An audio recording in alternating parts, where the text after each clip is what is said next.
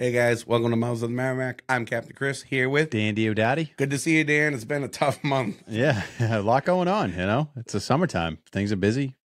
Yeah, it's been a really, really busy time, both on and off the water for both of us for work and for other things too. Yep. I'm just coming back off an issue with my boat where I had some engine trouble. Oh yeah, we're definitely gonna have to talk about that. Yeah, little wear and tear. But our guest today is the person who basically saved my life. For those few weeks my boat was down. A good friend of mine that I've known for many years, an excellent fisherman who's going to tell us a little bit about himself today because he's got a long lineage here on the island. Captain Gabe Marks of Real One Sportfishing. What's going on, Gabe? What's going on, man? Thanks for having me, guys. Both of you. Been a long time admirer of the show. Oh, thank you. Glad to finally get on. Well, we've been trying to get you on for other reasons as well too, but you're kind of busy with your work schedule too. Yeah, no, definitely. Well, like you guys, bale hay when the sun shines. If it's nice out, we're fishing, right? That's how it works. And then when it's not nice, regular work takes over. But was super happy to be able to bail you out with the boat. I mean, the weather really hasn't been nice, so it just is what it is, rainy season. But I do have my raccoon eyes going on, so at least that means I'm getting out there. Yeah, and the greenheads are starting to come out now, too. They were terrible yesterday. Yeah, they were pretty bad the last few days. So, stock up on your Skin So Soft over at Surfland as soon as you can. Yep. Yeah, absolutely brutal, actually. I totally forgot they existed until yesterday. Oh, they came out of nowhere, right? Yeah, miserable. It was one of those days where, like, you dock the boat and there's just like 100 dead bodies on the deck. It's because all the counting how many you're killing. I got to give credit to my Steve Slater charter crew on Friday. They did work when I was cleaning the boat. There must have been 100 dead greenheads on the deck. Yeah, they were just snapping them left and right in between fish. I don't know how they were doing it. So we do have a blog post up actually for anyone that is trying to fight off the greenheads. We did one last year, right? Yep. Yeah, we'll click it in the description. Definitely. Yeah, lots of little tricks there. Trying to stay dry, not get salty, wear light colors. Yeah, a lot of good stuff there. I still haven't tried the Gary Morin special though. What was the Gary Morin special? The Listerine 50-50 with water in a spray bottle. My mother swears by it. Oh, really? I've heard that from several old timers as well. Yeah, he's not the only one. Yeah, that's a big thing. Well, the only thing about that, it's a little sticky. I've done it before. I've never tried it. But think about it. Like any chemical you put, bug spray, like all that stuff sucks to put on. It's like sticky and gross, and like you feel like you need to shower after you wear it.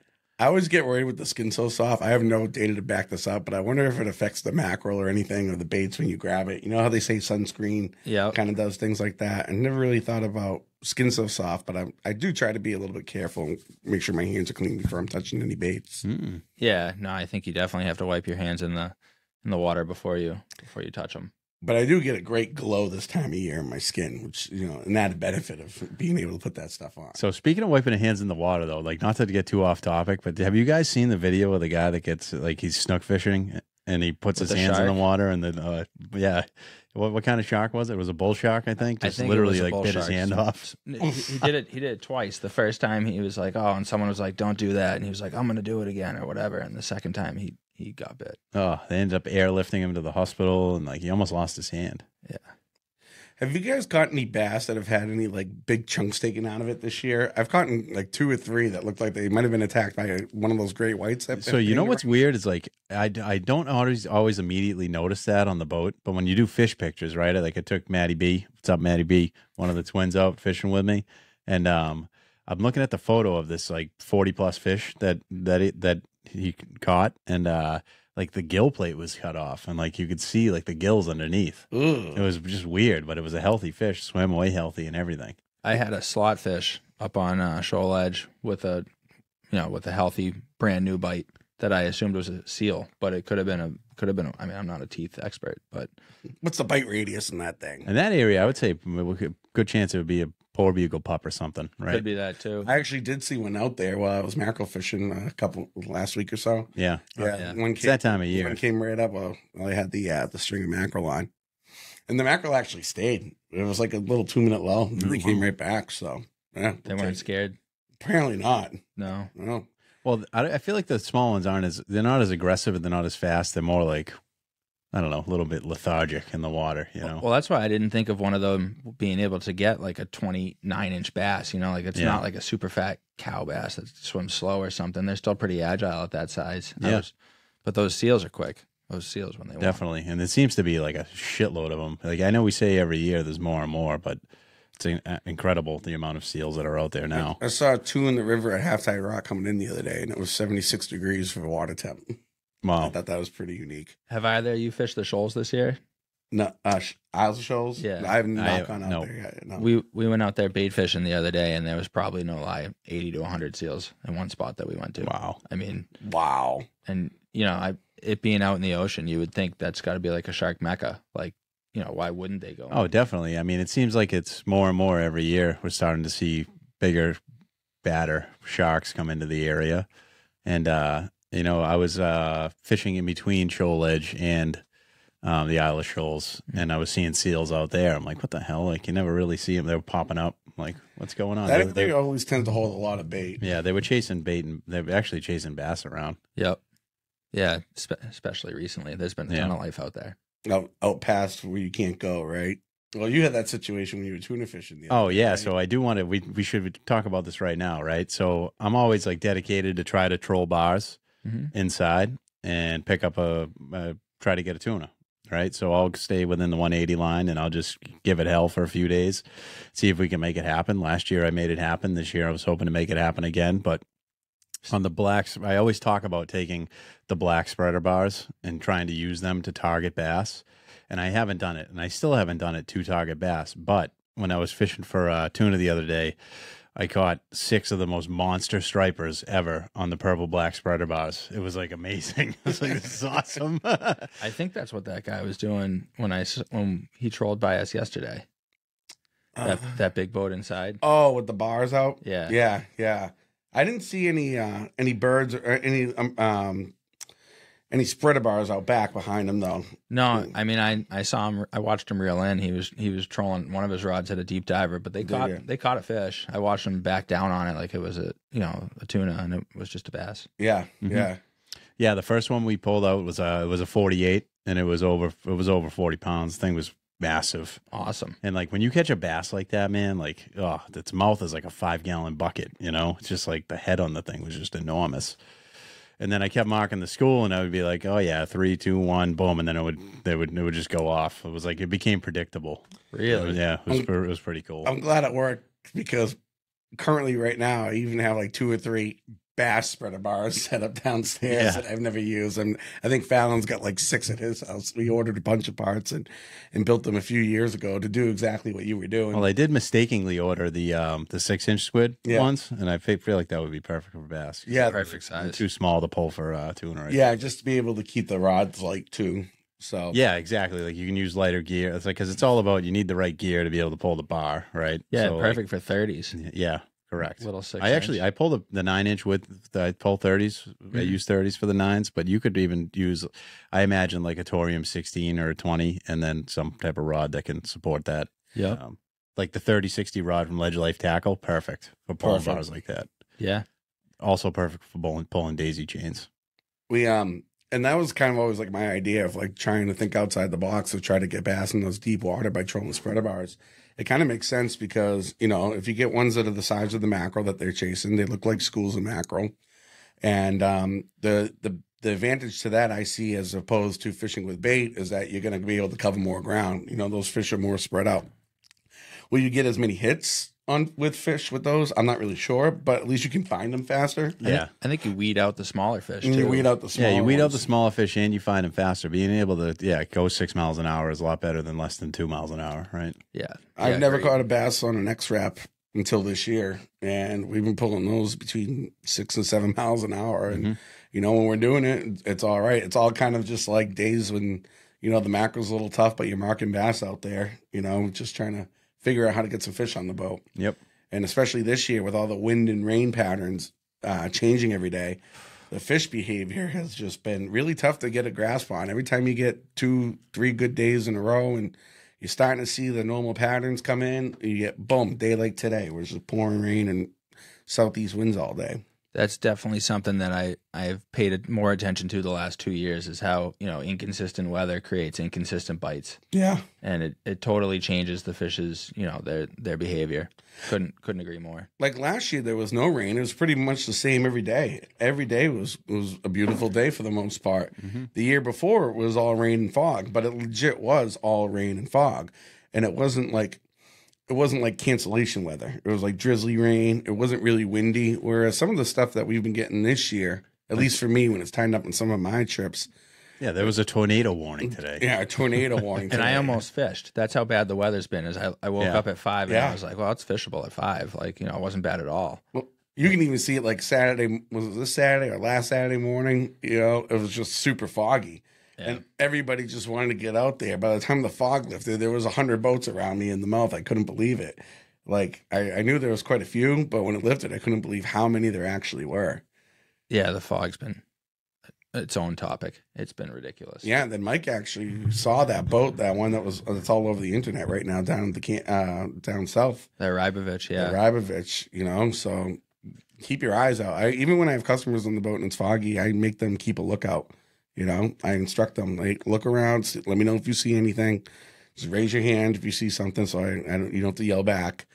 And it's always good to keep a proper lookout to be safe in those situations. But there's a lot, when it comes to boating in general, or fishing and boating, or being on a boat, there's a lot of subjects that we talk about that fall into the just don't be an idiot category. Mm-hmm. And like being in the fog is one of those. You really want a radar. Like, you want to know who's around you, and you can't trust that everyone around you is going to know where you are.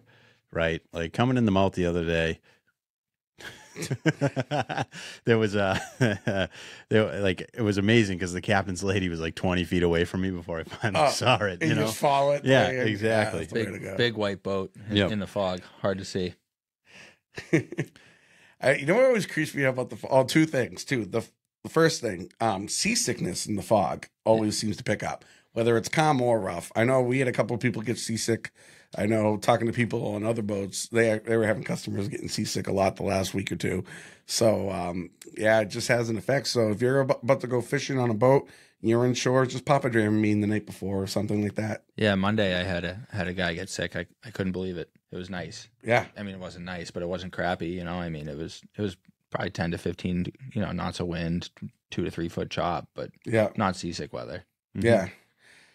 Yeah, everyone also handles it a little bit differently too. But definitely, you can lose your orientation quick out there in the fog. Kind of navigating back. I like to do the joke, right? Whoever you have on the boat, by the time you're done, be like, "All right, which way's home?" And then they're just like looking around. I do that too. I'm like, "Hey, which one of you guys can point? Where do you think the mouth is?" And they point that way in the completely opposite direction. Yeah. It's like, "Oh man, you got a terrible internal compass." That's what I say. You get disoriented quick. That's for sure. Yeah, it can happen for sure. And then especially when it's foggy, and because I was using your boat, so on my boat, I put a phone charger holder on my boat specifically for this reason. My my hands get wet, and I put my phone back in my pocket. I inadvertently butt dial everyone. So sorry in advance to a lot of people around here. Yeah. Every time when you sometimes I like to just listen and see what you're talking about. It's just like talking to his clients. It's very like, oh, not this story again. But when I was on your boat, Gabe, because you didn't kind of like have the same setup, and every day was foggy, so no matter where I put my phone, it was just super sensitive to touch and hit and whatever. And the only time I couldn't do it was whenever someone called me, sitting there trying to swipe. That's the worst, when you can't wipe your hands on anything because everything's moist and damp, and you're trying to like look on your phone or text or call, and you can't do it. It's super annoying. That's a good idea though. I hadn't even thought of that phone charger holder. Dude, it's sick. I got it. I had Steven Hudson's order for me. It's a Rock cell phone charger, right? Mm-hmm. It was like $120. It's wireless. It's just I installed it on mine and Hugo's. All you got to do is make one little drill for the hole for the wire, put it in, hook it to your bus bar, done. Yeah. And just it holds your phone, it clamps on it, and it charges it wirelessly. Because I have a phone charger wired in there. It's just underneath. Yeah. And I liked that because then you can charge your phone out of the conditions and not necessarily be like, like I've seen other boats that have the charger outside, and if it's raining or whatever, you don't necessarily want to have your phone on the charger. Mm-hmm. Yeah. But I might do a this one's awesome though, because all right, so the phone clips in. First of all the smartphones nowadays, they're pretty much like you could it's submersible. Yeah. You know, Yeah, so yeah. like, you know, they only have so much time before they're shit. But like, so if it's raining, it's not the biggest of deals. It's the connection with the cables. And like every time I was plugging my phone in on the boat, it just felt like I was destroying the cables. Like they would just wouldn't work. And then you're messing with it, jiggling it around. The phone charger that mounts to the dash, what's the name of it again? It's a rock, ROKK. Yeah, it's like a rock charger. Yeah. It's waterproof, so like it's a pad that goes on there. It can get wet, doesn't matter. Phone goes right in there. Really? You know, it takes a little splash. It's whatever. You know, just wipe off your phone when you're done. The phone sticks in it. And the like, phone, it is not coming out. It's like, Yeah. Wow. It's like a compression fit. So like you open it up, you put it in, it squeezes it down. I like it. And you know, it's great. Like same thing that you said. That was my biggest problem. Like I have the charging ports and stuff, but they get all shitty, they get corroded. And then, you know, especially in the fog, all the moisture gets inside the charging port and it won't charge through the port. That's what I was getting at is being outside. That's Yeah, a huge definitely. issue when you're on the boat at 5 o'clock in the morning and now all of a sudden it's 2-3 o'clock. You've been on the phone all day, people texting you, you know, fishing reports, calling people, listening to the radio. Like by 2 o'clock, my battery is like at 10%. You know what I mean? Yeah, at least. So being able to just swap that down there, I can listen to my Spotify and pump some tunes all day and not worry about my phone dying. Like it's a good deal. It's probably one of my favorite things I've been on the boat this year, the last couple of years. Yeah, I'll It's have been to look into that. Super helpful. And then, yeah, Gabe. So I want to talk about you because you kind of get a little interesting here. When I first met you, I was working on the party boats. You were like 9. No, right? But you had already been working there for a while. Yeah. So I started on the party boats in 2006 when I was 14. Had to lie about. I think I was 13. I told him I was 14. Had to lie about how old I was. Yeah. And I've just been a river rat ever since. Worked my way up. You and Fallon at one point. Justin.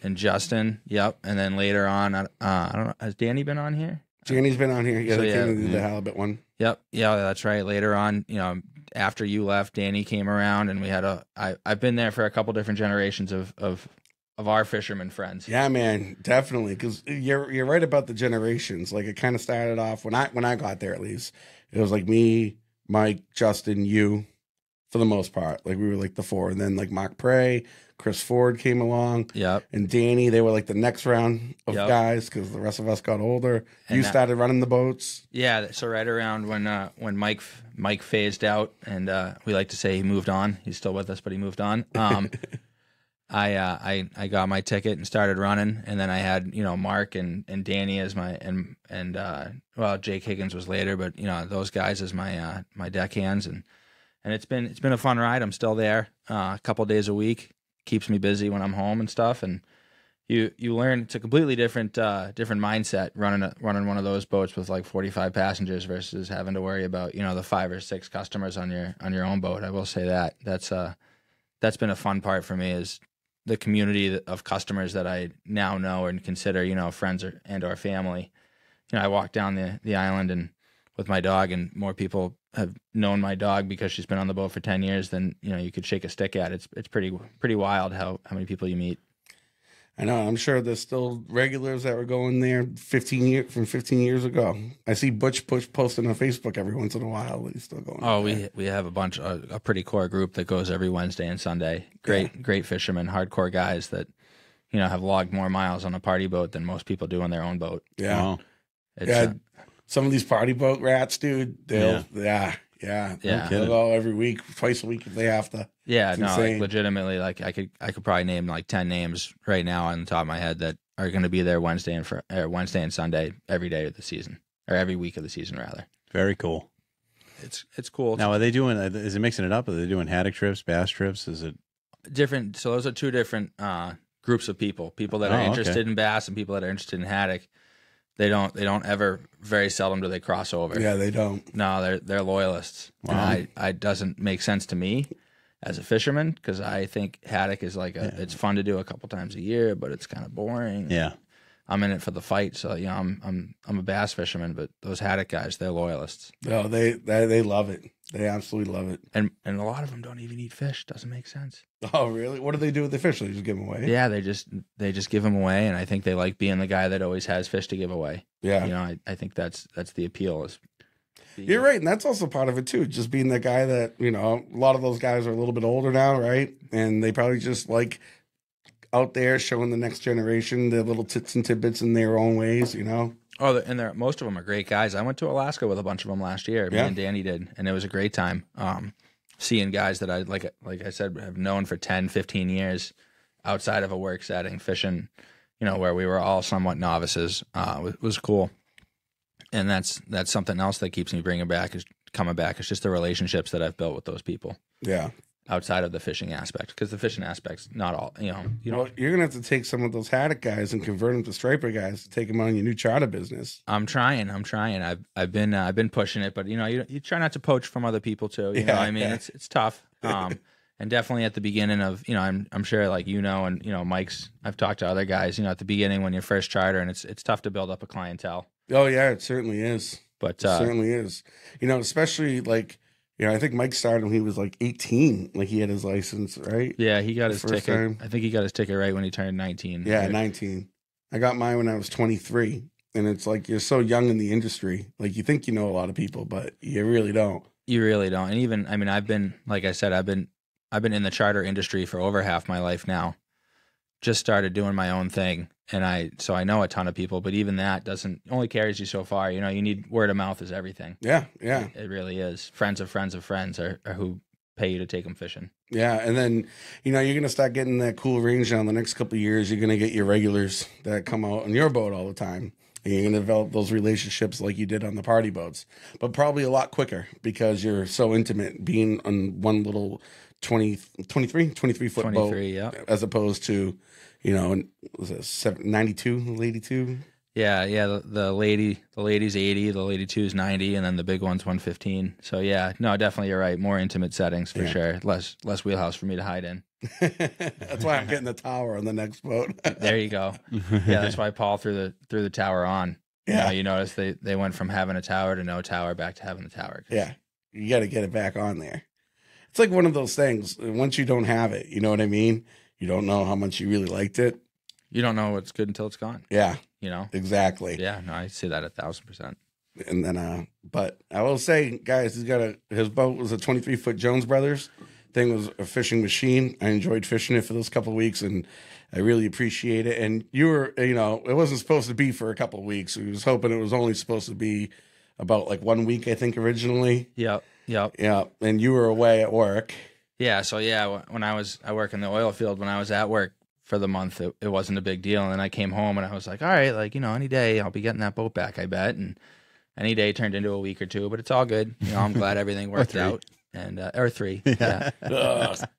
So it really pays to have really good friends around here, man. I couldn't ask for any more. You and then because I had a couple 5-person trips, I had to use Kyle Davis's boat too. So thank you, Kyle, for that. Appreciate that for the 2 trips I did. Kyle's really to blame for you wanting the bigger boat. It's Kyle's fault. I hopped on his boat for 2 days and I put a deposit down.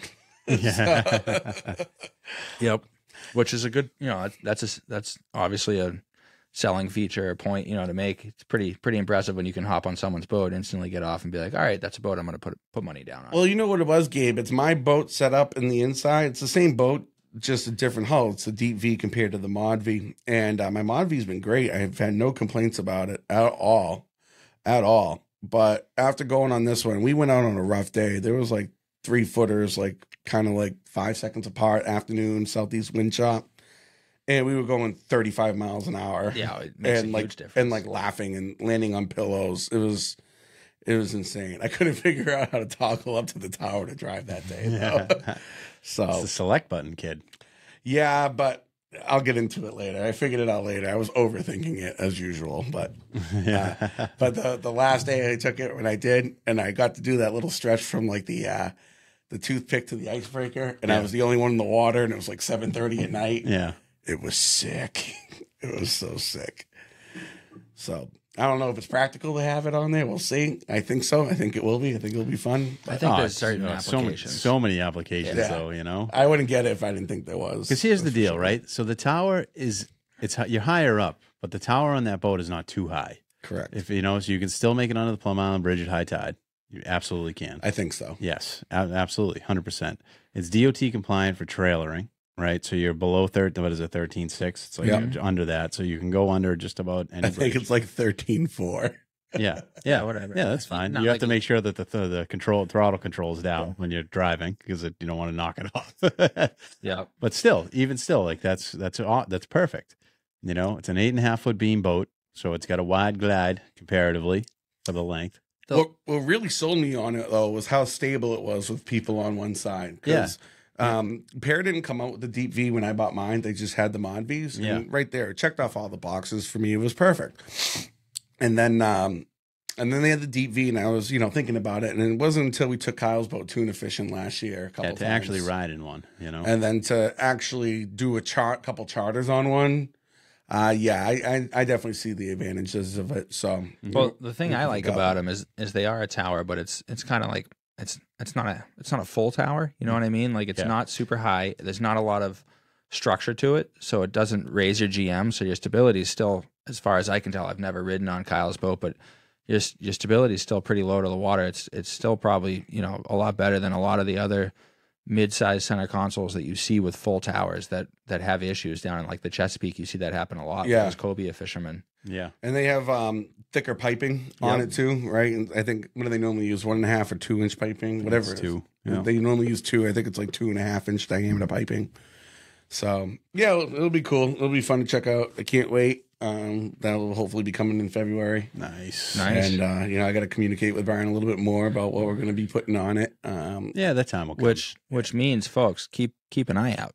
There's going to be a pair marine for sale. A pair custom for sale. Yeah. Yep. I'm going to list it probably in mid-August once my football season starts. Yeah, one that's had all the kinks worked out of it. Yeah. Actually, recently a lot of kinks. The problem that happened to the engine, the guy actually said it's a common problem with high hour engine Suzuki's. Basically, the gear shaft seized up, and it stripped my gear shaft. And he said, I said, was there anything I could have done to prevent this? And he's like, no, actually, everything looks good. You greased the hell out of it. There was he goes, everything, oil looks good, everything looks fine. And he goes, it just kind of happens. He goes, matter of fact, I'm surprised it lasted to 2,600 hours, whatever I got on there right now. So I've had it back now. I've ran probably about 8 trips. Not when I get back last week. I probably ran about 10 trips on it now. And it's running great. It's running great. So that's something that, whoever buys the boat won't have to deal with. You get yourself a new part there. Mm-hmm. But other than that, and save some hours while I was out of commission. Yep, definitely. I think in the first, so I just bought that boat this past off season. You put at least twice as many hours on it so far as I have. Yeah, I'd be lying if I said I wasn't a little jealous. I'd be lying if every minute I was on that boat, I'm like, please don't let anything happen to this. The thought had occurred to me. I was just like, and like every time it kept getting pushed back another day or another day or two, I'm just like, oh God, no! Like everything's working. My last day when I put it on your dock, I was like, whew. Yep. All right, guys. Well, that's enough talking about your boats. I want to talk about my boat a little bit. Oh yeah. You've been on some trips. Yeah, that's what I'm saying. That's what I'm saying. We did 140 miles looking for tuna that we couldn't find in some shitty ass seas in my 21-foot boat. Gotta love days off, right? Kicked ass. I was like, at least the boat's performing well. I was impressed.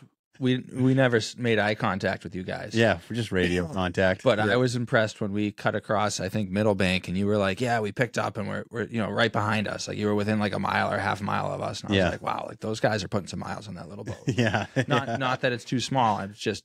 Yeah, you know what I think it is though? It's not so much. It's not so much the length; it's the width of the boat. Like I think it's the weight. The weight too. Yeah. What's the width on that 21? It's an 8.5. Okay, so yeah, 8.5 beam, and it's heavy as hell. So, yeah. When you think about it, it's kind of a stubby boat. Most 21s are probably around 8 feet. Yeah. No, if not no more than my 23 is not 8.6. Yeah, yours is yours 8 or 8.3? 8.3, I believe. But I'd be lying if I said I knew off the top of my head. Yeah, that's. And the other part of it too is having the bracket on there. Like it extends the length a little bit, different ride, Yep. But I was like very, very impressed because it was not a favorable ocean when we were out there. No, your trolling motor agrees. Yeah. So that's another story. I can't recommend enough. So at first I was like, oh shit. So hit a pretty big wave, you know, and the boat's doing what it's doing. Really beat the shit out of the boat that day. Yeah, that boat was a champ. And Better than I did. So the trolling motor, it popped the release down, and the motor released, and it came up. And when it fell down, the lift assist on the Minn Kota has a lift assist mechanism that's like a spring, and it rolled up like a fruit roll up, and it's like this metal strip of whatever. So I was like, oh man. So we stowed it away, and we bring it back, and I take it off the boat, and I thought I was going to have to pay someone to fix it. But then with a little bit of research, I found out it was actually a common issue with the Minn Kota motors. The lift assist mechanism, sometimes the spring lets go, and it does exactly what mine did. It shoots out and rolls up like a big long fruit roll up. So I was able to order the part. Got to give a shout out to trollingmotors.com. Yes, it's that generic, but they had every Tarova part you could imagine, and it was $30 for the piece. And it took me about 20 minutes to fix. Oh, you Wow. already got it fixed? Yeah, it's already back on the boat. I saw it back on the boat. I wasn't sure if if it was operational. That's awesome. Yeah. So it was, fairly like super easy to do. And then everything I was reading, the original design, it was a very common problem with the motor. The one I have, it shouldn't have happened, but given the circumstances, it doesn't surprise me that it did. But then I'm like putting everything together, and I'm not the one to really read the instructions on anything, right? But on the actual control head on the motor itself, it says when you store the motor to move down the the stopper piece that has like the screw. Like Yeah, you're supposed I don't have it on mine. But Oh, okay. Yeah, you're supposed to move that down all the way to the motor when you stow and secure the motor, so it doesn't do what happened. And I was like, oh, all right, now it really makes sense. They did warn me, I just didn't read it. It was like the icing on the cake. I mean, you know, like we were right there with you, did 140, 150 miles. I walk up the ramp at the marina and see your trolling motor in the back of your truck. I was like, oh boy, what happened? Yep. As somebody who was sitting right by that trolling motor when this happened, Gabe, it was terrifying. Really loud. Well, what are we going, like 25 through like 3-footers? Dude? Yeah. I just put the bow down. I was like, we're just going to go through every one of these. Perfect example of the weatherman not always being accurate. Yeah, they're having a field day this year. Oh my God. Yep. But I do have to say, it's important to have the proper tools on your boat to address situations like that. Yep. Because I did have a great pair of dikes that just like snipped off that part. I was able to stow the motor. And we were able to continue the rest of the day. Like, had that thing not been able to, if we could not get it secured back into the mounting bracket, it would have had to have come off the boat, and it would have been on the deck, and it would have been in the way. Which that thing on the deck that day would not have. I keep a whole Craftsman tool kit, like a whole one of those red boxes. Yep. Lifetime warranty. Probably have 3/4 of it is not applicable to the boat at all, size wise. But better to have it and not need it than need it and not have it. Exactly. Yes. What's your famous line, Dan? Yeah, I'd rather be looking at it than looking for it. Yep. Yeah. No, it's and when especially that day, I don't know if you guys were at Wildcat when it happened already, but we were 30, 40 miles from the dock anyways. It's not like you could just easily turn around and go get it and shoot back out. Nope, exactly. We were literally a mile away from Wildcat, and then it was just like, all right. Yeah, we were just approaching, right? We were just getting ready. Oh, here we go. We're going to the promised land. But There's then going to be tuna everywhere. I was thinking later, like, it should have taken that as a sign, because when we did stop, there was definitely bait around us, and there was a bunch of shear waters or whatever they were. There was a ton of life just north of Wildcat. Yeah, a ton of them. Not one of us, so all three of us went out there, and not one of us was smart enough to start fishing there. I think we did. Yeah. Did we start fishing? No, we did. We started up on the north side, and we came down. But it sucked because it was only like 40 feet of visibility. Yeah, the fog. Yeah. And I wonder what we would have seen if we were to have had a clear day. we probably should have just trolled around the MR marker for 9 hours. We found life down in the southwest. Yeah, you guys went a little more south than we did. We went. Yeah, we moved like 8 miles south. You guys went right. We went left at Middlebank, and 15 to 20 whales, 5 whale watch boats, whales breaching everywhere, birds, bait. You couldn't get a tuna jig down to the bottom because the mackerel were taking it. We found life. We just didn't find fish. Yeah, it's just crazy because the week before the reports, they were all over the place, and then everything was dead. The next week, it was left fire again. So. Yeah, right now I'm ready to go back. Yeah. If you guys are. Yeah. Kidding me? I'm definitely ready to go back. Hey, I'm taking a look next week. I got all mostly morning trips. And I'm on vacation next week. So we're gonna have to do some afternoon fishing or something. Yeah, no, Let's do it. Next week's my last week before I go back to the oil field. I'm ready to let's do it. Like, let's the decks. Say it right now. I would love to just trail it down to Green Harbor and then just go up. Just get it over with. Yeah. Yep.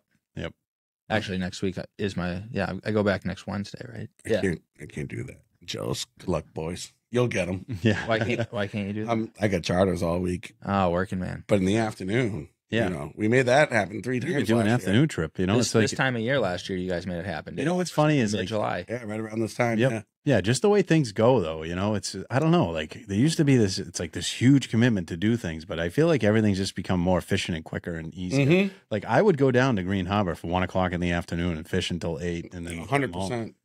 like it's not a big deal. You're right. Like back in the Yeah. day, it was a big deal, but I think we just have everything so organized. And Yeah.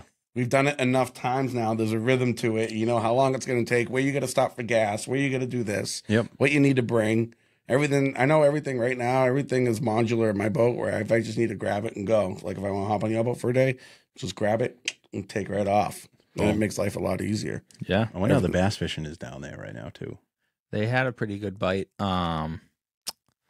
What's the name of that place that everybody was fishing just south of Boston the last 2 weeks? Plymouth? No, it wasn't Plymouth. It was north of Plymouth. I'll have to. Green Harbor? No, you could see Boston in the Duxbury? background.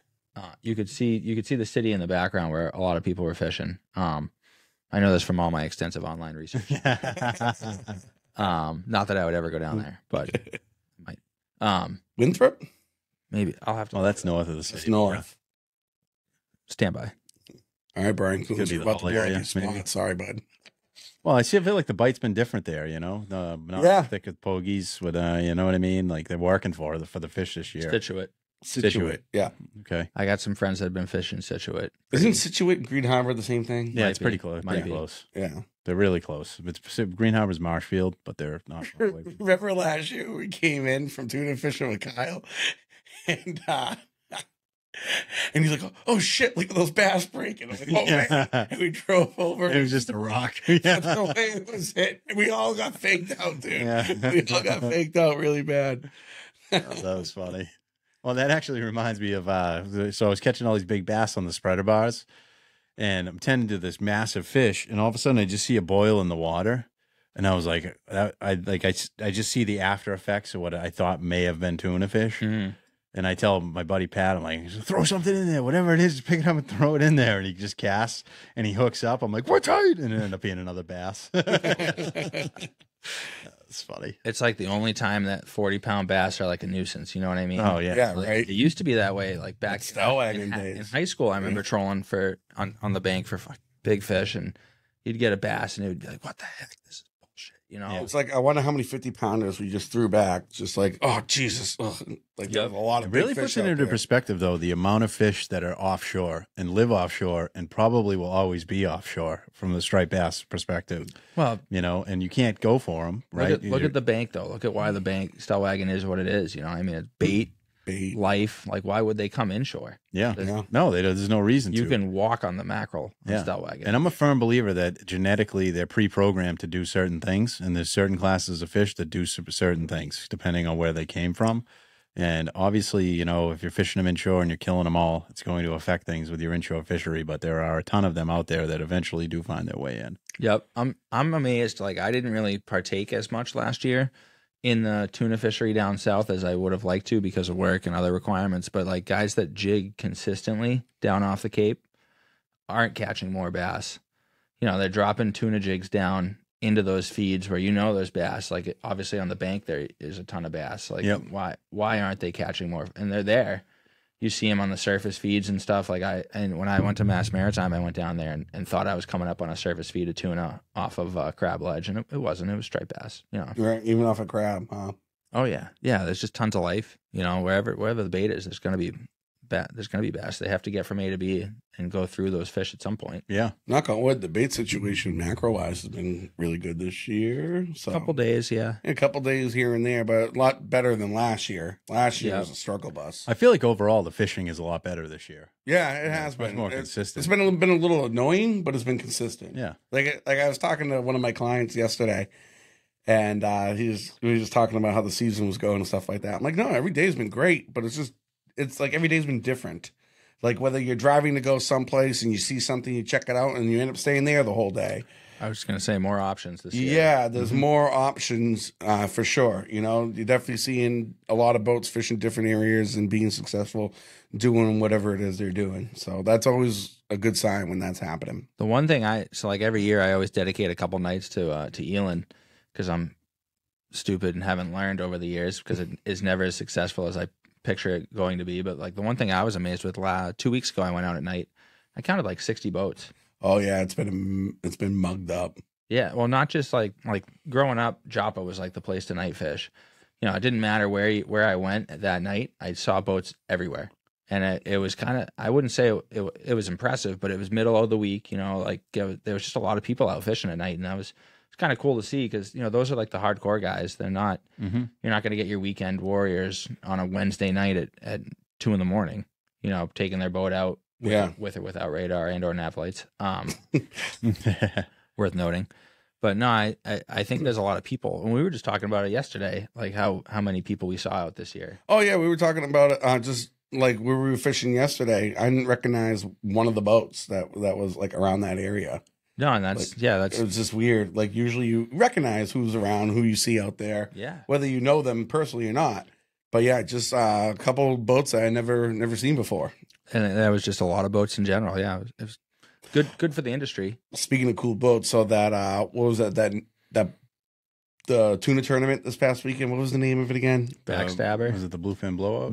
No, it was Bluefin Showdown. Bluefin Showdown. Yeah, dude, that boat Backstabber. Did you see that bad boy? Oh, what happened? Did you see it? No. See it? I got waked by it. It's a sick boat. I got waked by it too. Yeah, they weighed in the fish. I think they ended up in second place. Yep. And I think I think it's at Palm Beach on their boat. Yeah, I don't know the story behind it. But I do know it is, and they had red reels, matching red reel. It was a sick boat. It was an operation. It's some FU money right there. 54 Westmac, right? 48 Westmac, something. So it's big Westmac, big money.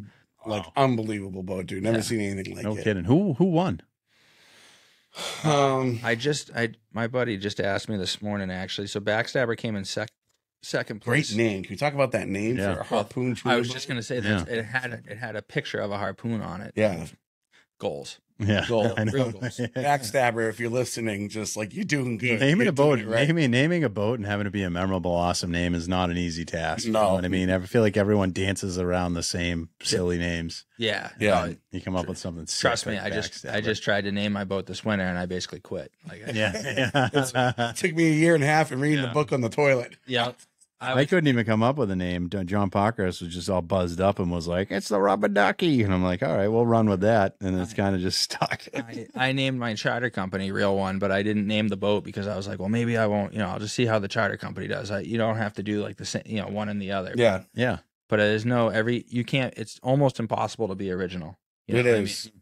You had to go biblical to steal that, or not biblical. No, not biblical. It's Manolin. He's from the old man in the sea. Yeah. I don't know if Chris even remembers saying this, but the business was Manolin, and I remember he was saying that his boat name when he had the Sea Hunt. I'm pretty sure it was the Sea Hunt. Was the Mary Jocelyn? Yeah, it was different. Yeah. Yep. Yeah, It was. It was after my mom. Yeah. And then I was like, Mary J, I don't think that's a good thing to have on the boat. So, That was before it was legal. yeah. Yeah. Right. So Backstabber had the most pounds in the tournament, but Jackpot had the biggest fish. Jackpot. So they hit the jackpot, and that was a $50,000 payout, right?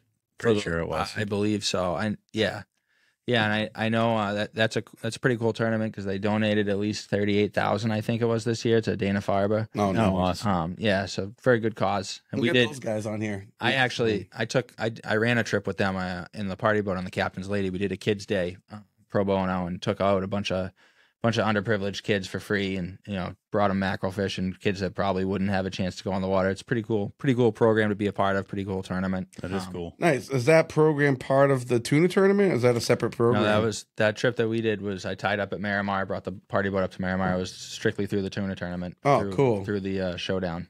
Cool. I remember when I was teaching in Haverhill, I was able to we had like a small after school group. Actually, it's kind of funny. I was doing my captain's license at the time, my first year teaching. And I'm like, oh, all this charting and plotting stuff's pretty cool and it's relevant to what we're doing. So I asked a few of my kids if they wanted to do like this dorky navigation club, right? I had like 10 kids. And it was great. We had a lot of fun. My principal loved it. So any young teachers thinking about something like that. Outside the box. And it was cool. We got a couple field trips. So we went mackerel fishing on the Captain's Lady one day. And those kids, actually, one of the kids that was on that trip just texted me today to book a charter. He did a charter with me last year as well. I did I was in marine bio in high school at Triton. And we chartered the Lady 3 to go haddock fishing for marine biology class. That's sick. That's dude. cool. That was smart because I got paid. Yeah. I worked the field trip. There you go. It was great. Did you run the boat or just work deck? No, that was when I was in high school. I wasn't running the boat. You were yeah. No, I was a student in marine biology, and I was like, it'd be a good idea if we go charter fishing. Like, show these people what fish I really like. Yeah, brilliant. The 3 doesn't even fish at all anymore, huh? Strictly whale watch.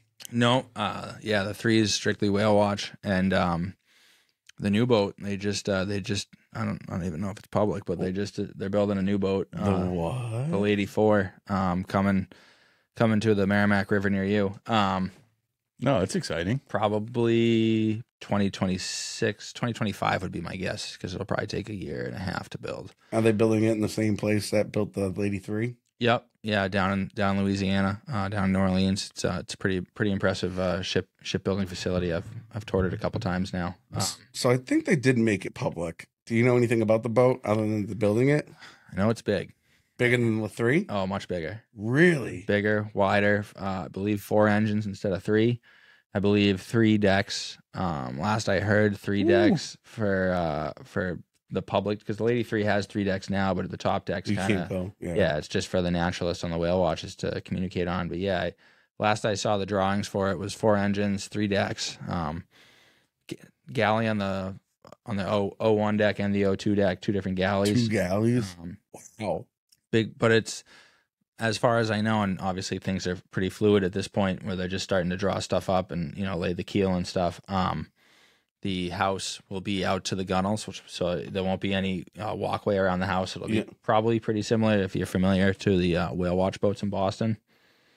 Okay, I've seen them out there. Yeah, where the sides are straight up. There's no like I said, no aisles down the outside, and the just glass.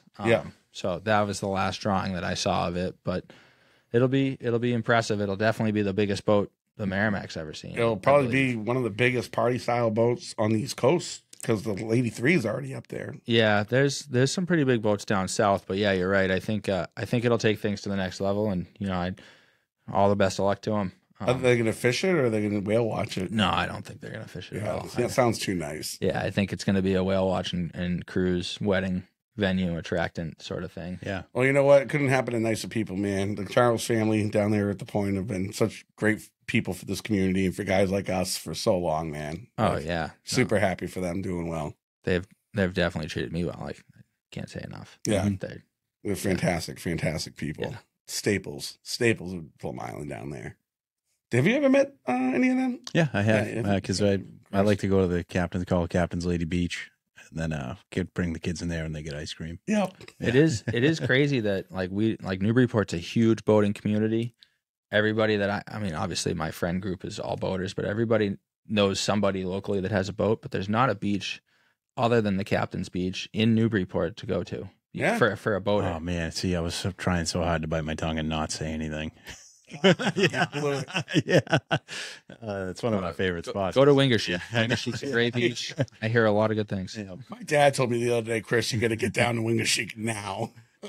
So I grew up in the Parker going to, those sandbars in Wingershik, and Wingershik's a fun spot. Mm-hmm. Oh, it's an awesome time. Yeah. On a Saturday when you're chartering. Yeah. Yeah. I don't get to have fun, Gabe. All right. Well, I'm right there with you. This past weekend was the first weekend I've ever been off in the summer and not run a party boat all weekend. Yeah. First time in my adult life. No kidding. Since I was 14. Oh my God. Yeah. It was a big moment. Wow. But you were on your own boat running charters anyway. Yes. Yeah. So still work, just different style of work. Yeah. I waited until, like I said, 5 a.m. this morning to call my trip off this morning. I was still going to go because it was fine. I was Yeah, you down probably there. could have snuck it in. It didn't rain on Plum Island until 11. I heard it was pretty rough out though. Yeah. Yeah. So Yeah, less than stellar. Yeah, well, it seems like so many days this year we've had to fish less than stellar just to get out there, you know. Well, and then you have to consider your clients, you know. I don't know. Sometimes when I take the wife out, I'm like, it's fine. She's like, it sucks out here, Dan. Right. Yeah. Like our fine is different Yeah. than other people's fines So sometimes too. I don't know your wife, Dan. Did your wife grow up in the industry or in on boats? No, she did not. But she grew up. It was basically her father was he was a captain out of Rockport that he did like harbor tours and stuff, and he worked on a bunch of boats. So it's kind of in her blood. And So she's she familiar worked at on it. least. Yeah, definitely. That's awesome. Yep. And she's a lifeguard. Oh yeah, she was also when we first started dating, she was a Salisbury Beach lifeguard. Nice. So yeah, it was both had a love for the ocean. Did you I took her off the beach and on the ocean. Did you do the move that Squints did in the Sandlot? Is that how you got Yeah, it? no. Fake She had drowning. enough going on. Honestly, I got to give a shout out to those like. Everyone thinks of a lifeguarding job as like an easy gig summer job. Like those people in Salisbury Beach, like they are a team, a unit that make shit happen. Because it's incredible how many people they save from dying there. Oh, It's yeah. like triple digits every year. Yeah, you don't Because- even hear about yeah, it. It's so routine. exactly. Like the rip currents are just constantly pulling people out into the ocean. Well, and you think about that beach and the people that go there aren't like I grew up on Plum Island where there's, just islanders really. Like it's not a big tourist attraction. Salisbury and Hampton attract, a wide variety of people Oh, who definitely. aren't familiar with the rip. And not to mention, like on the super hot, like so there are those days that it's like 100 degrees, but the water's like 55 degrees. Not many people swim, and then they also get the calls where, hey, my brother Tony, I think he's going into cardiac arrest and so on. Because It's it's like, so cold. yeah, like, yeah, it's like whether the shock from the water or just like heat stroke, who knows, But they deal with all that stuff too, and then like right down to kids getting splinters and stuff. It's pretty wild. Yeah, They do not, it all. Whole not range an of enviable things. position at all. And then, you have these crazy waves crashing over the North Jetty and you have to get people off of that thing. Like they're just going out there. It becomes annoying. Like, yeah, you want to die? Just go. Yeah. Or they got to yell at boats who are getting too close trying to fish the bogey schools. I saw a group of people out there the other day that I like. I usually leave people by, let them do their own thing, whatever. I was like going by the North Jetty and I was like, you guys really shouldn't be here because I was scared for them. It was like 4-foot waves, Yeah. high tide, so the water's coming over the rocks, and there was like 6 and 7-year-old kids with his dad who wanted to catch a schoolie. Like, Crazy. at some point, common sense apparently isn't common. Yep. Oh, no, definitely not. Yeah, definitely not around here. Not when it comes to fishing. You got to catch the fish. I get it, but crazy. Oh, man. Unreal. Like one slip, like think about it. If you slipped in Riverside, how much would that suck? That would not be you're just a- fun. you're just I a feel like goner. every year we hear about people at least once a year. Yeah. Either between the sandbars that jut out there Yeah. towards the 7 can or the North Jetty, and somebody gets swept off the rocks. Yeah. And if you do decide to fish out there and it is like a lower tide, have a plan, because you could catch a 30-pound fish and good luck getting that thing out of the water. Yep. Yeah. Yep. I think there was an incident over this past weekend or something like that. Really? Yeah, I don't know all the details, but hearing some rumors, someone had like a big fish and didn't really know what to do with it and just chucked it off the rocks. Yeah. Yeah, Send see, it for a it dive. sucks. And That it's sucks. just And like- then you just proven the point that recreational anglers kill the most fish. I'll die on the cross. I've died, for that one. That's for sure. Yeah. No, definitely. I think it is the general public that more fish are leaving floating than not. Like charter captains may catch more fish, but fish care is more predominantly, talked about on a charter boat compared to Joe Blow, who takes his skiff out. We've seen, actually, it's kind of fun we mentioned that. The last couple of days, we've seen like 3 or 4 floaters. Yep. Oh yeah. Yeah. I haven't really seen many this year, but the last couple of days, we've seen 3 or 4. I went to Mass Maritime at the Cape Cod Canal. Oh, yeah, you must have seen some shit. It's unreal. You could sit there on an Elko on ebb tide, because they're not really an Elko and the canal's open on both ends. Yep. But anyways, you could sit there on an ebb tide and count dozens during when the fishing's really good. That's how you could tell if it was really good at another part of the canal, because you could, the fish are coming towards you, Yeah. floating. Huh. And it's crazy. You could sit at the west end and just watch floaters after floaters after floaters. Wow. And it's just because those fish are so big, the current's so strong that they get worked fighting in, and they're not properly revived. They're just thrown in. Oh, And so sad. it's the same thing. You're fishing off the rocks, because rocks, line both sides of the canal. I don't know if there's a good way to go other than going in the water and reviving. Yeah. But that is, at least for me, where I've had the biggest bites. Wow. I never been down there. I heard it's wild. So now you get me thinking about the ebb and the flood tide, right? Not really outgoing, not really incoming. The water Yeah, it's level up and does down. drop and goes up and Yeah, it's down, right? Yeah, So it's just up and down. Does It's it not still in and out. does it run left to right? Yeah, it'll run. So Mass Maritime is on the west end, and it'll run. You know, on the ebb, it'll run towards the west end, and on the flood, it'll run towards the east end. Because you know, if you look at a map, the Cape is north and south, so the west end, the east end. But, Yeah. And it's absolutely silly. Yeah, I've never personally seen. It's like National Geographic for like a solid 6 weeks a year down there. It's absolutely ridiculous. You have a choke point. That's probably how wide is it? Like a quarter mile wide? Maybe? Yeah, I believe the canal is like 0.4 miles wide and 7 miles long. Yeah. So you get this choke point of all of Cape Cod Bay and then like the rest of the Atlantic Ocean. Right? Yeah, well, all of Buzzards Bay. Buzzards Bay is like an untapped fishery for a lot of us on the North Shore. Don't realize how much life is teeming in there. And as you go further and further along Buzzards Bay, it narrows and narrows until it gets to the canal. And so you get certain times you'll get mackerel up on the rocks, certain times you get squid up on the rocks, and it's just 40 to 30 pound bass nonstop for hours feeding on them. It's unreal. Wow. Didn't I catch a sailfish there a couple of years ago too? I've seen tuna not landed but fought in the canal. It wouldn't shock me if a sailfish was caught there, but it's crazy. Whales go through the Cape Cod Canal. I mean, like, yeah, no, it's How deep is it? deep enough for ships. So I want to say it's like 60 feet. Yeah. I don't know how big a whale is, but they're big. But they're probably they're probably scraping the bottom. They could probably squeeze in there in 60 feet. Certainly a minke whale could. Yeah. No, it's unreal. Wow. But it's like, I don't know if you guys have ever fished the Pulaski, the Salmon no. River, but it's like duck and chuck. On a hot Saturday when the fishing's good, you'll see 1,000 guys on the rocks. Yeah, I couldn't do it. People stealing each other's gear. Yeah, I actually saw my boy Teddy Bruschi was out there crushing fish. I saw that. Did he ever respond to you? No, Teddy, if you ever find your way to this podcast, like I want to take you fishing. I tried sending him a message on Instagram, and he didn't reply. But he seems like he has a pretty sick kayak setup, and he's been getting out there. That's too funny. He needs to get on someone's boat though, and I think that should be mine. I think the canal is like where if that was your first time fishing and you went there and you caught 7 fish over 30 pounds, you'd be hooked instantly. You know what I mean? Like you see guys on your boat or whatever get hooked when they catch schoolies. Like just picture it's like up and down fishing for fishing a lifetime. Yep. Sometimes you catch the fish, and sometimes the fish catch you. That's true. That's just like lures. Mm-hmm. Yeah. Just like lures. Most lures, bright lures, catch fishermen, not fish. Yep. Hey, you just got off a good trip even further south down the canyons, right? I don't think we talked about it. We didn't really talk about it much quickly on the phone. I was pretty fortunate. Just seems about every year a group of Mass Maritime guys go down to the canyons on a boat out of Gloucester. I've been down to the Wait, you left from Gloucester? Yeah, we left from Gloucester. Oh, I didn't know that. Would you take the Yankee fleet? No. So my buddy owns a boat. Captain Nick Novello out of Gloucester, great guy. Doesn't charter, but still a great guy, even though I hold that against him. Owns a beautiful 38 Northern Bay, which is very similar to the Emmy in our river. Holds like 450 gallons, so we bring a 150-gallon fuel bladder. And I've been down to the canyons probably about a dozen times at least, and this was by far the best trip. We were supposed to do a 2.5 day trip. We came back in just over 24 hours.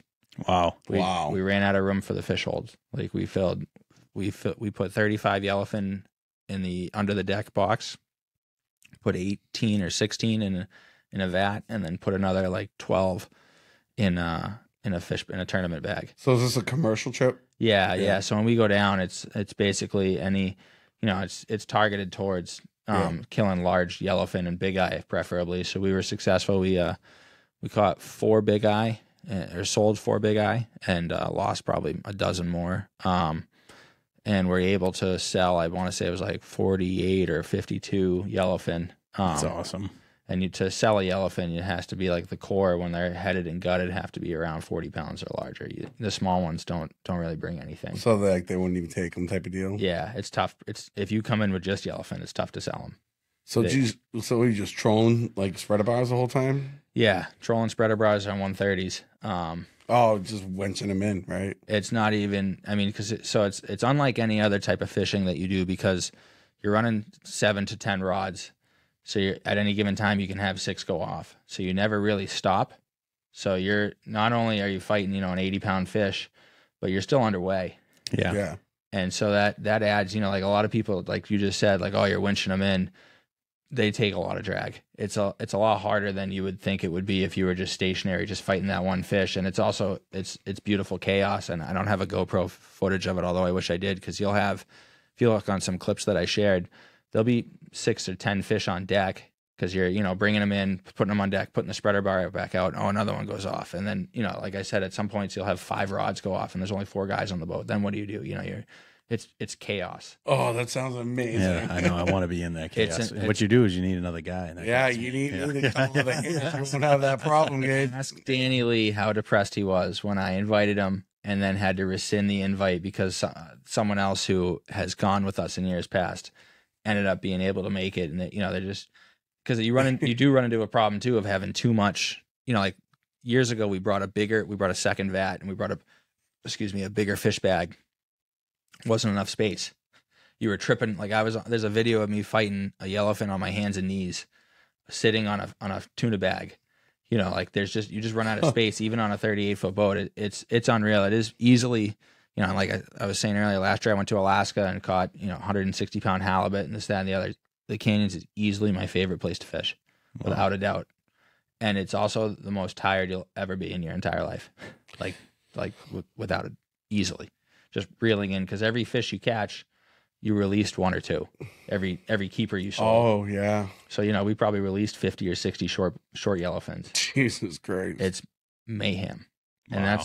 that's not jigging or anything. Like, I was too tired to jig. So I think in the photos I did see one of those big eye. How big were the how good any size to those? Our biggest big eye cord, which is for all you non-tuna folks, is when you cut the head off and you gut it, so it's just the tail, and that's what you get paid on, is the core of the fish. Our biggest was like 120 pounds, 125, something like that.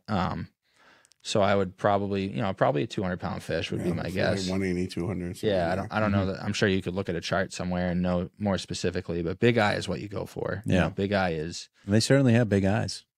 Huge. Yeah. And they're the money fish. Yellowfin really. Are they really distinctive? Like when you're getting all those yellowfin and then a big eye pops over, are they easy to tell the difference other than the size? Yeah. Like if they were, they're just I mean, they fight. Well, they fight quite different, but it's tough to tell because sometimes, you know, like, well, on the green stick, which is the other nice feature that boat has, is it has a green stick, which I don't know if you guys are familiar with how that works, but it's running multiple hooks on a bandit reel and a hydraulic reel. So that's what you want all your fish on, because you don't have to. From a commercial standpoint, you don't have to actually do anything other than the last 10 feet, hand fight it in, and then have someone gaff it. Can you go into a little bit more detail for the people listening about the system that you're talking about, the hydraulic reel and what that is? Like, just a little more detail. Yeah, so a green stick, and you'll see on a lot of commercial boats that troll specifically, like it's a North Carolina thing. I believe that's where it originated, but you see some boats up here with them more and more actually now.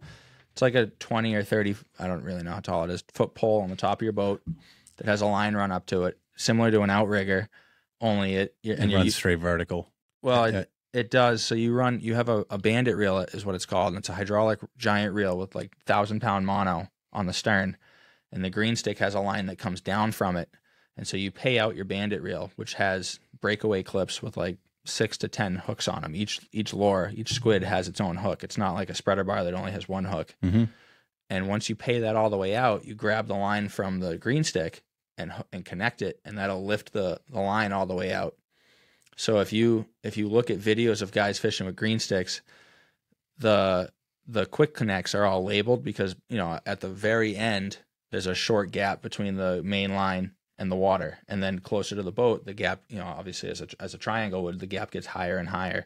So the leaders from the quick connect to the bait have to be longer and longer and longer. So there is a little bit of a science to it. You know, you want your baits, basically we call it dancing, right on the surface. And so what you'll do is when you mark fish or when one of the rods goes off, they call it jigging the line, you'll grab that green stick line and you'll yank the crap out of it, and you'll watch those squids in the 150 yards behind you dance on the water a lot more because you're yanking the line. And you can literally watch, you know, you'll be pulling it and you'll feel a tension and you'll watch a fish explode on it 150 yards behind you. You'll be like, all right, green stick's got one, and you keep jerking. And you'll, you know, the more that you shake it, the more likely those fish are to hit. And then they, you know, when you get 2 or 3, then you bring it in. And there's a breakaway on the green stick line itself. You know, just like very similar to an outrigger, only you're running 6-7 hooks on one line instead of running, you know, most outriggers you only run 2 rods on inside and outside. But it's a much faster way to catch more fish more efficiently because you're not reeling it in. The hydraulic reel on the stern, the bandit reel, just has a lever in and out. And so when you get to that breakaway, someone will be like right here, right in front of you, running the wheel, running the bandit line. Someone will be in front of you, ready to grab that breakaway. And because if it's like the number 10 hook, it'll have like a 15, 20-foot hand leader on it that you disconnect, and then you hand line that yellowfin in or whatever. The rest of the way. And then you go to the next one, and then you go to the next one. So it's a different fishery. It was my second or third experience with a green stick boat, and obviously they're not a center console feature. But if I trolled and I had a down east boat, I would 1,000% invest in one. Yeah, that's so cool. I don't think I've ever seen one really in action. Definitely haven't been on the boat for one. It's almost like uprigging. It's almost like an uprigger. Yeah. It's nice dealing with, you know, like I said, 1,000-pound mono, so that it doesn't tangle. It doesn't, you know, even if you look back and you're like, oh, that one bait's not, you know, it's wrapped around the line. If you shake it enough, it's going to undo because it doesn't have that memory that small monofilament does. Yeah. And you literally can sit back and watch way off in the distance tuna just smoke these things. Like when you, for whatever reason, I don't know if it's because we use bigger bar or bigger squids on them or what, but they love, I would say 2/3 of our fish came on the green stick. No shit. And it's so much less work and so much more fun to watch because the hooks are dangling. So a lot of times, you know, for every hit, there's a miss. Yeah. Yeah. And so you'll see these tuna just blow up out of nowhere and try. It's like National Geographic. It's fun. I've never had it work this successfully, and it was an absolutely amazing experience. How long of a drive was it to get down there between leaving Gloucester and Lines End? We departed Gloucester later than we wanted to at like 5:30 p.m. and we had Lines End at 4 a.m. So 11 hours. That's not bad. No, those northern bays cruise pretty fast. I want to say we cruised like 17 knots the way down. Yeah. Well, how far away is it? We were, I think it was 175 from Gloucester. Friends of mine trailered down to. They own a regulator. They fish out of Seabrook, but they trailer down to the Cape, which is, you know, obviously preferable if you can do that. And they had in a center console, they had a much faster ride out. I think it was like 100 miles, 110 miles to where we were from the Cape. So you save yourself quite a bit. Yeah. It's a very doable day trip. But you were very comfortable in the Northern Bay, I bet. First fishing experience I've ever had with internet. I have internet on the oil rig, on the oil field. Normal for me to have internet offshore, but these guys just downloaded and implemented Starlink. And nice. I can't say enough of how incredibly amazing Starlink was. Faster service than I have at my house. Could Netflix, whatever you want, FaceTime, whatever you wanted. It was like $3,500, I think, to install, and then it's $250 a month for up to 50 gigs of data. And you can shut it off. So he's like, I'm just running it July, August, September, November. Yeah. You know, and then it's off for the rest of the year. And does he do that a lot? Does he go out to the canyons or offshore quite often? Not really. So Nick's a great operator and a good fisherman. But he's not doing it by any means for a living. Yeah. I think he goes out like to the canyons 3 times a year if he can, and bluefin fishes. I bluefinned that boat, fished that boat in December with Danny Lee. We went 0 for 3. Bluefin in like 7 to 8 foot seas. It was quite interesting. Oh, that sounds like a fun time. At one point, Danny was holding the harpoon, and you could literally look straight and see the fish that we were fighting. Like you could, like in the wave coming in, it was crazy. But no, it's not a commercial boat. It's a tuna yacht, I would call it. Yeah, it's a sweet boat. It's probably the nicest boat I've ever fished on. Nick, if you're listening and you want to throw me another invite. You know my number. If you want to get on the podcast, Nick. Yeah. Let's take us doing a little canyon fishing. I know.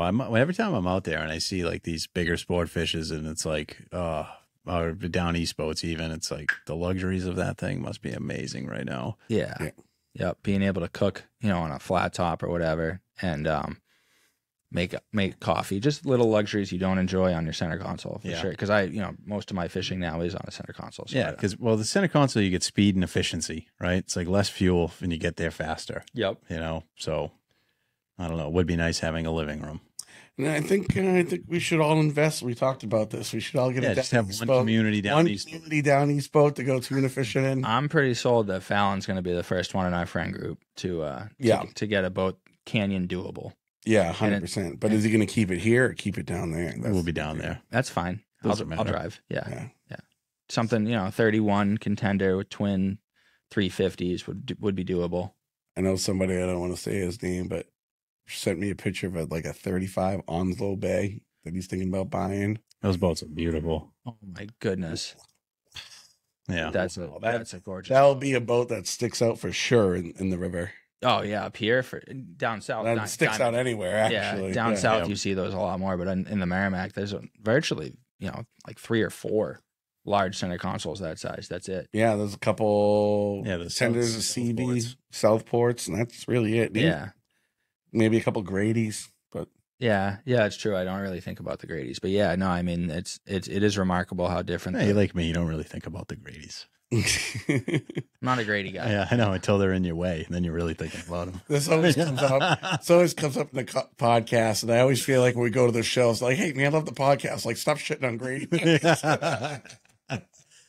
That's funny. You have a personal vendetta against Grady? I just especially being down at the Cape, and every time I would go to cast into a school of Albies, it would always be a Grady White that just blow right through the whole school, blowing up. And then the worst is, like, it's one thing if they just keep going. Yeah. It's another that they stop and start casting. It's like you just realize you just drove through all the fish, right? Like, what's up?